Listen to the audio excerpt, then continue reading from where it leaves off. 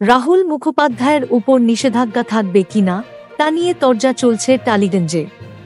পরিচালক ও ফেডারেশনের দ্বন্দ্ব মিটছেই না। এদিকে শনিবার সেটে রাহুল মুখোপাধ্যায় উপস্থিত থাকায় টেকনিশিয়ানেরা কাজ করেননি। বিষয়টি নিয়ে বিক্ষোভ দেখিয়েছেন টলিপাড়ার পরিচালকেরা। তাঁরাও প্রশ্ন তুলেছেন, পরিচালকেরা যদি কাজ বন্ধ করে দেন তাহলে কোনো কাজ এগোবে তো? এর মধ্যেই সমাজ মাধ্যমে একটি পোস্ট শেয়ার করলেন প্রসেনজিৎ চট্টোপাধ্যায়, দেব, রাজ চক্রবর্তী সহ অনেকে। রাহুলকে ঘিরে তৈরি হওয়া টালবাহানায় সমাধান খুঁজতেই এই পোস্টে বেশ কিছু সমাধান সূত্র তুলে ধরা হয়েছে। প্রথমত বলা হয়েছে, আজ সকালে টেকনিশিয়ান স্টুডিও বাংলা ছবি, টেলিভিশনের পরিচালকেরা ফেডারেশনের সিদ্ধান্তের সামনে কিছু প্রশ্ন রেখেছে। বহুদিন ধরেই রাখছে। আজ ভঙ্গিটা আন্দোলনের। তার একটি বা অনেক কারণ রয়েছে।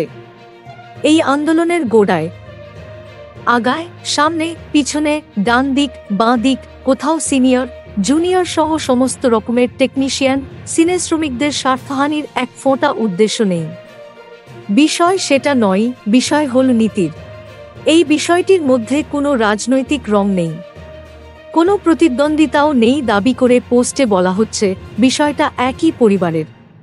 পরিবারটি বাংলা বিনোদন ইন্ডাস্ট্রি, তাই এর মধ্যে কোনো রাজনৈতিক দিক নেই, ওরা নেই।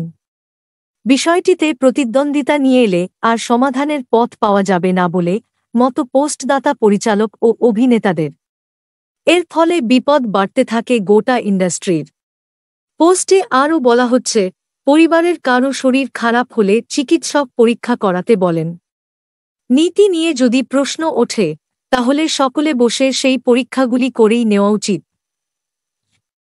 যদি সত্যিই গণতান্ত্রিক ব্যবস্থা বজায় রাখতে হয় তাহলে সবার মতামত নিয়েই চলতে হয়। পরিচালক, অভিনেতা থেকে শুরু করে যিনি আলো নিয়ে কাজ করেন, প্রত্যেকের মতামত জরুরি বলে দাবি করা হয়েছে এই পোস্টে। Thank you so much for watching our videos.